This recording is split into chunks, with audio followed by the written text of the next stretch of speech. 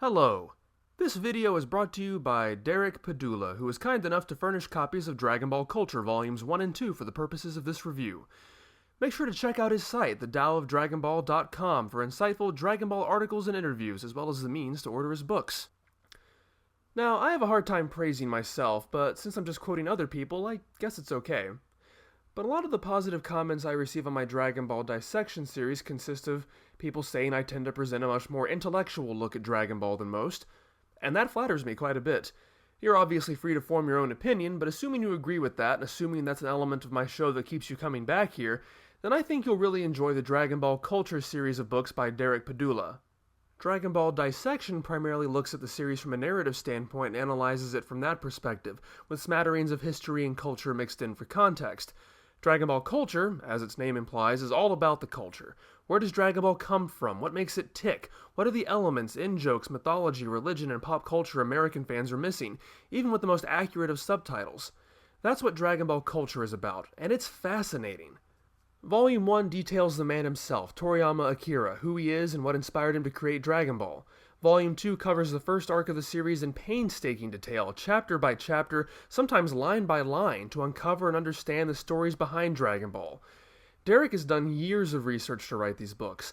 Ultraman references, rabbits making mochi on the moon, Buddhist philosophy, and of course Journey to the West are all here. It is such a fantastic resource to have. I guarantee you will learn a lot.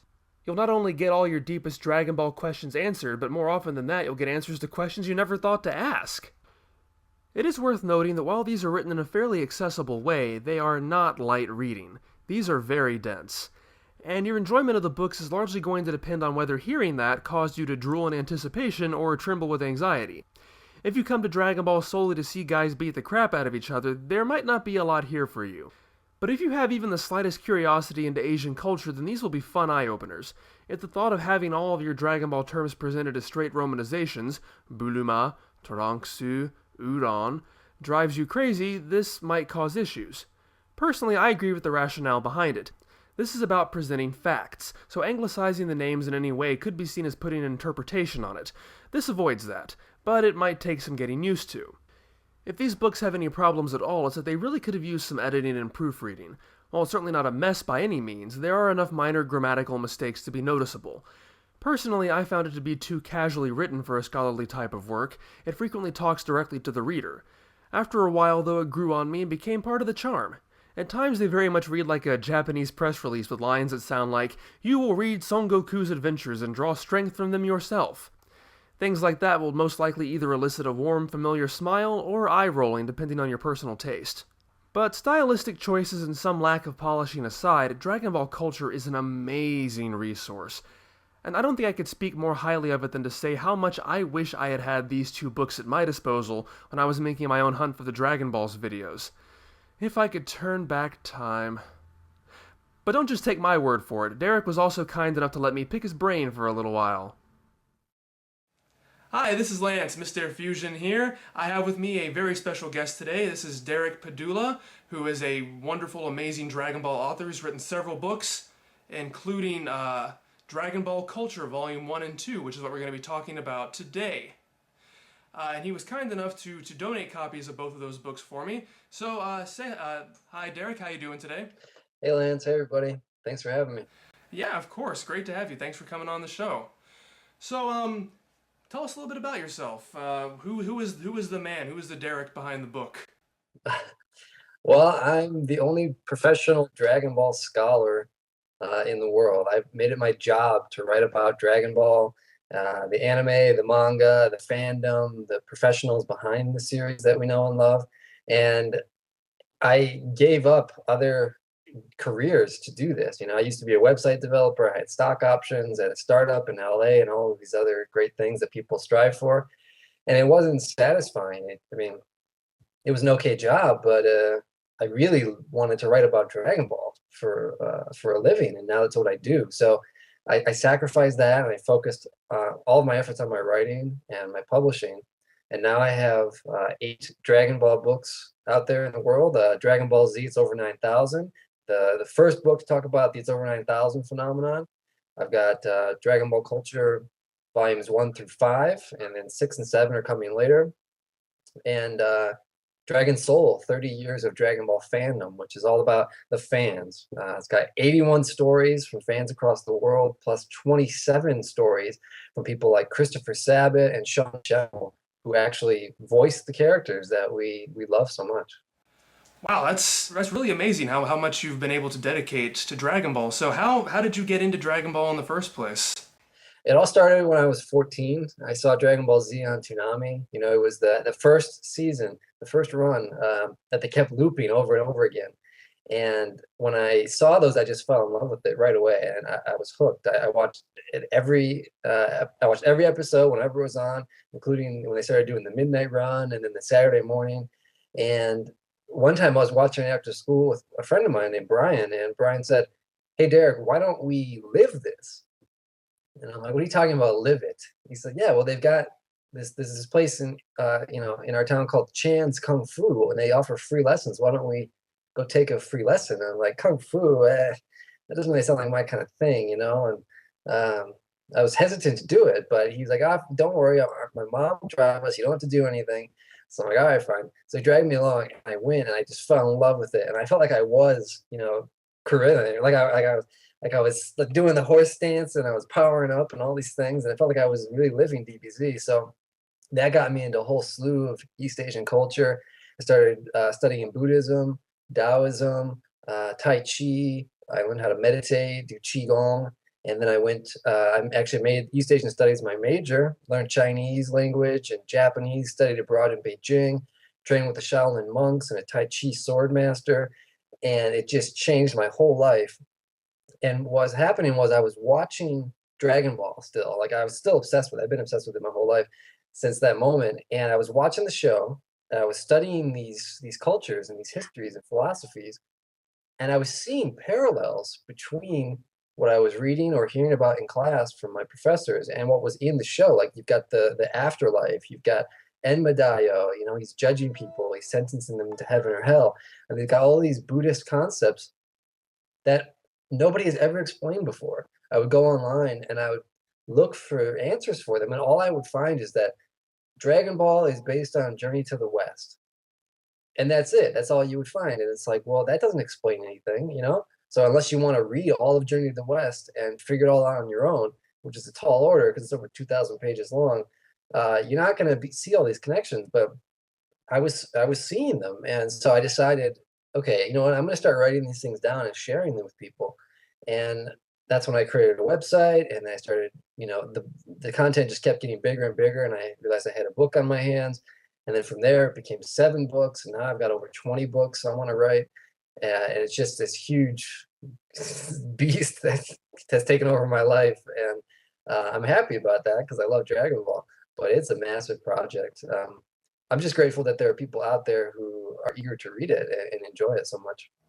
So clearly this is not just something you got into as a kid and then kind of grew out of and you have fond nostalgic memories of. This is something that has actually shaped you in a lot of really important ways. It's what things you've learned, martial arts, philosophy, where you've traveled to. So like, what do you have to say to people who are just like, oh, this is just some silly little kids show or kids comic book? Sometimes I hear people say, well, Dragon Ball Z is nothing but punching and screaming and then blowing up planets and all these other things. And it's like, that's just one small aspect of it. The action is really important, and it's what you see on the surface. But below that, you have a lot of heart, a lot of character development, and that's what the fans attach themselves to. That's why they care so much about this series. It becomes a part of them as they grow up, and it inspires them. I mean, my book Dragon Soul is filled with stories from people who use Dragon Ball as a source of inspiration to persevere through hardship. They might have lost a loved one, or they were getting picked on in school, or they use it as motivation to get huge in the gym, to get an extra rep out of themselves. And it's really multifaceted. The show is a lot more complicated than people realize. It's not as simple as it appears on the surface. And that was one of the goals of writing Dragon Ball Cultures. I wanted to show people that this series is the world's most recognized anime and manga for a reason. There are a lot of shows that do action, there are a lot of shows that do comedy, but this show has something that appeals to everyone. and it's really a fusion genre of so many different genres and stereotypes all combined together in harmony that make it so successful and appealing. It's not just the action. So tell us a little bit about Dragon Ball Culture Volume 1, because there you said there are a total of 7 volumes, correct? Yes, that's right. The Dragon Ball story you started in Volume 2, so what's Dragon Ball Culture Volume 1 focused primarily on? Well, before we get into Goku's story, we have to get into Akira Toriyama's story because Akira Toriyama is the creator of Dragon Ball and the man who created Son Goku. So if you don't tell his story and you don't get into his head, you're going to be missing a lot of the Dragon Ball story. And that's why Volume 1 is so essential to read for every Dragon Ball fan, because what I do is I show you the complete origin of the Dragon Ball series, starting with Akira Toriyama and his youth and the influences that he experienced, including American cinema, Japanese television, the work of other manga authors like Osamu Tezuka and other people that influenced him to become the man that he does in his early 20s when he's writing Dr. Slump, and then he leads into Dragon Ball, and he becomes the most famous manga author in Japan at the time. And that's a story that is worth reading because one, it's really, really entertaining, but two, it's insightful, and it shows you like, oh, that's why Dragon Ball is the way that it is. There's a reason for all the wacky characters being introduced, and why the Red Ribbon Army is there, and the aliens show up, and all these other things. There's a reason for every little thing that appears in Dragon Ball, and there's a source of inspiration that I actually track it down and show you where these things come from. So it all starts with Akira Toriyama, and that's what Volume 1 is all about. Now Toriyama is notoriously reclusive. How do you? It seems like that would be almost even more difficult to get references on than stuff in the series. How do you even begin to track down what makes Toriyama tick? Yeah, that's true. He is extremely reclusive, and he became more so as his fame increased. Fortunately, when he started out, he was doing interviews, mostly in print. He did one televised interview, and he was really nervous during that interview. And that interview had never been translated before, but I actually had it translated by Saya Jedi, Julian Grabowski at kanzenshu.com. He translated that for me, and my book is the only place where you can find that content. So doing things like that and translating articles that have never been translated before, other interviews that people don't know about, and in addition to using the huge amount of interviews that kanzenshu.com have translated previously, I was able to put the pieces together. But first, I had to read all of them, and there's 170 plus interviews on their site, plus a lot more other interviews that they have not translated on their site. And I had to figure out how this man thinks. What is it that makes him tick? But there's never been a biography written about Akira Toriyama in English or Japanese. There was one written in French, but it was rather simple. That was Akira Toriyama, the master of manga, and that book's out of print now, and it's in French. So I had to basically do this all from scratch, and I had to take one piece from this interview, another piece from that interview, and create a cohesive, linear story that goes from Toriyama's birth through his elementary school years, through high school years, where he takes a design course, then he becomes a professional designer. Finally, he's like, well, I've got no job. I need to make some money. Oh, hey, there's this manga contest. I can make some quick cash doing that. And then that's the actual inspiration for him becoming a manga author. He's like, well, I need some money. So he started making some drawings, sending them in. And from that, he didn't actually get anything, but one of the editors at Shueisha said, wow, this guy's really good. You've got a lot of potential, give me a call. So that's when they started to chat, and that's when Toriyama started to get his big break. So it's in Dragon Ball Culture Volume 2 that we get into the actual story, and I'm not sure exactly what I was expecting when I started reading this, but I was just blown away at how detailed, like how you break things down, not just chapter by chapter, but almost piece of dialogue by piece of dialogue, and it's just so the book is so dense in material, and that also goes to show that the manga itself is very dense in material. How do you even begin to start researching something like this? And like is at one point do you still sort of look back and go, oh God, I could still get more out of this? Where do you go? Where do you stop? How do you know what to do with all this? Yeah, it is an overwhelming process. I mean, if you look at the size of this book, I mean, it's huge. 500 pages of content just for volume two, and there's 7 volumes, and I wrote them all simultaneously. So it was a massive project, and what you mentioned is really accurate. I go through the book page by page, panel by panel, line by line, and analyze every single aspect of the series, including the things that are unspoken. Some of a lot of the visuals, like in chapter 1, we see an illustration of Buruma as dressed up as a Buddhist monk, and she's striking that wooden fish, and that's something that most people just like gloss over. Yeah, I'd never thought about that before. I was amazed that you actually went into detail about that. I loved it.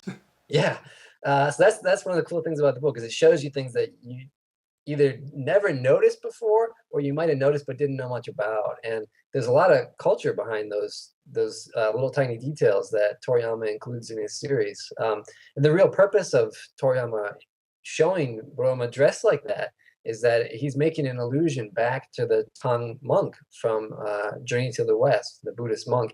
And he's saying to the reader, oh, this is the Buddhist monk that you're familiar with, but she's the opposite. She's a female instead of a male. She's a young girl. She's technology driven. She's science instead of religious faith. So she's like a complete inversion. But he still shows you that little glimpse in order to tell you, oh, this is that's the character that you were expecting to see. This is her. So it has a real purpose, and that's one of the cool things I think about the book is just like, oh, right, that's why that's there. Now I get it. Now I see. Yeah, this is an absolutely wonderful resource for anybody. I wish that I had this when I was doing my Hunt for the Dragon Balls arc on Dragon Ball Dissection, because I learned so much more than I thought I knew a lot before, but this just opened up so many new avenues of thought that I'd never really considered. So who would you say who would you say this book is for? What kind of fan?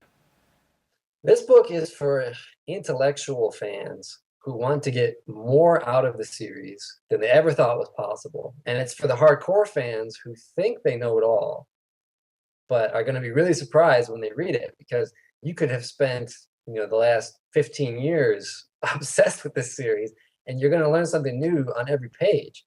I mean, I was shocked while I was reading it because I thought I knew everything there was to know about Dragon Ball because I had made it, my obsession for so many years. But as I kept digging and finding out more information about Toriyama, about the origin of these characters, from their ancient Chinese up to modern renditions, I just kept hearing more insights and revelations, and I compress all of that into this book. So there's something new on every page, and you know, I would say it's not for people who are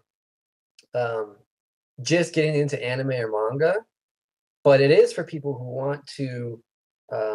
It's a perfect companion to the series if you're reading Dragon Ball again, or perhaps if you're reading it for the first time. What I recommend you do is you pick up the book and then you read a chapter of Dragon Ball, and then you read a chapter of Dragon Ball culture, and you go through the story chapter by chapter like that, and you're gonna read one, and you're gonna read the other, and it's gonna really expand your mind, and that's gonna train you to start looking at the rest of the series that way as you move forward, looking at it in a deeper light. It definitely did that for me. So where can people find Dragon Ball culture and all the rest of your books too? They're all available on Amazon.com as well as my website, thedaoofdragonball.com. And they're available in ebook and in print. You can also find them on iTunes, Barnes and Noble, Kobo, which is a Canadian and French, but also English website. And there's over 40 other ebook distribution platforms that I sell on. So you can go to my website, thedaoofdragonball.com, and there's links to all of them there. And finally, what is something non-Dragon Ball about you? What would you like people to know about you outside of the Dragon Ball and the martial arts and the philosophies? Jeez, it's hard for me to even think. Dragon Ball is like it's my whole life. Um, Boy, well, I meditate regularly. I like to exercise, and I'm actually going to be writing a new book. It's called The Way of Goku, and it's all about how to be more Goku-like in your day-to-day life. It shows you how to get fit, how to, do body weight exercises, how to run, sprint, lift, how to eat right, how to, most importantly, have a positive mindset and a Goku-like worldview. To try to be pure-hearted, try to let go of attachments to technology, how to rely on yourself, and be a stronger, more confident person. And I feel like it's a book that's going to change people's lives for the better. And I might make a sequel for Vegeta someday. I don't know, but I'm starting with Goku. Everybody, make sure you check out Dragon Ball Culture by Derek Padula. Thank you so much, Derek, for coming on today and talking about your books and for giving me an opening to read them because I love these books and I can't wait to read the rest of them.